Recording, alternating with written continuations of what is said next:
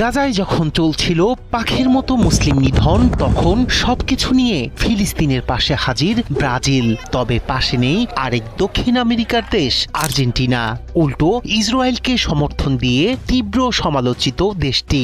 মধ্যপ্রাচ্যের রক্তাক্ত সংকটে যখন গাজার পক্ষে বিশ্বমঞ্চে সরব ব্রাজিলের প্রেসিডেন্ট লুলা ডি সিলভা, তখন বর্বর নেতানিয়াহুর কাঁধে কাঁধ মিলিয়ে দাঁড়িয়েছেন আর্জেন্টিনার প্রেসিডেন্ট হাভিয়ের মিলেই। একসময় ফিলিস্তিনকে রাষ্ট্র হিসেবে স্বীকৃতি দেয়া দুই দেশ আজ দুই মেরুতে। ব্রাজিল গাজাকে বলছে মানবিক বিপর্যয়ের প্রতীক, আর ইসরায়েলের আত্মরক্ষার অধিকার এর সবচেয়ে বড় সমর্থক আর্জেন্টিনা। আদর্শ ধর্ম অভিবাসী রাজনীতি নাকি বৈশ্বিক কূটনীতির নতুন সমীকরণ? ফুটবলের চিরপ্রতিদ্বন্দ্বী দুই দেশের এই রাজনৈতিক দ্বৈরথ বিশ্বকাপের উন্মাদনা ছাপিয়ে এখন বিশ্ব রাজনীতিরও আলোচিত লড়াই।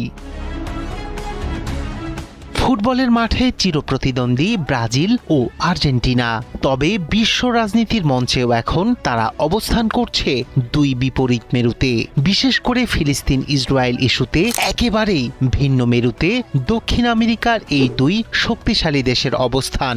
দীর্ঘদিন ধরেই ফিলিস্তিনের আত্মনিয়ন্ত্রণ অধিকার ও স্বাধীন রাষ্ট্র প্রতিষ্ঠার দাবির সমর্থক ব্রাজিল। 2010 সালে তৎকালীন প্রেসিডেন্ট লুইজ ইনাসিও লুলা ডি সিলভার সরকার 1967 সালের সীমান্ত অনুযায়ী ফিলিস্তিনকে স্বাধীন ও সার্বভৌম রাষ্ট্র হিসেবে স্বীকৃতি দেয়। সেই সিদ্ধান্ত আন্তর্জাতিক অঙ্গনে আরও শক্তিশালী করে ফিলিস্তিনের কূটনৈতিক অবস্থান। বর্তমান মেয়াদেও গাজা সংকট নিয়ে ইসরায়েলের বিরুদ্ধে কঠোর অবস্থান নিয়েছেন প্রেসিডেন্ট লুলা ডি সিলভা।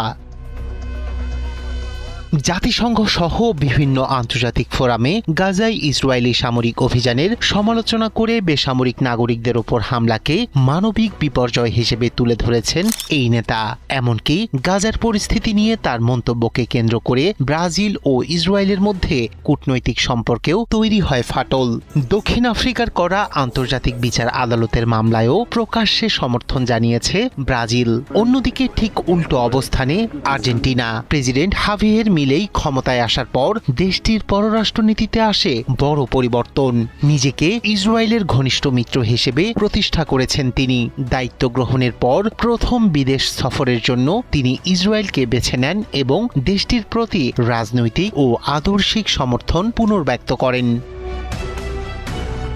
কেন দুই প্রতিবেশী দেশের অবস্থান এত ভিন্ন?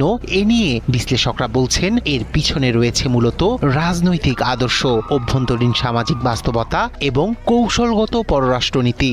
বামপন্থী নেতা লুলা ডি সিলভা ফিলিস্তিন প্রশ্নকে নিপীড়িত জনগণের অধিকার ও আন্তর্জাতিক ন্যায় বিচারের অংশ হিসেবে দেখেন। অন্যদিকে ডানপন্থী প্রেসিডেন্ট মিলেই আমেরিকা ও ইসরায়েলের সঙ্গে ঘনিষ্ঠ সম্পর্ককে নিজের পররাষ্ট্রনীতির কেন্দ্রবিন্দুতে রেখেছেন।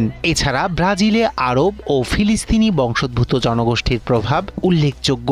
বিপরীতে আর্জেন্টিনায় রয়েছে লাতিন আমেরিকার অন্যতম বৃহৎ ইহুদি সম্প্রদায়, যা দেশটির সামাজিক ও রাজনৈতিক বাস্তবতায় গুরুত্বপূর্ণ ভূমিকা রাখে।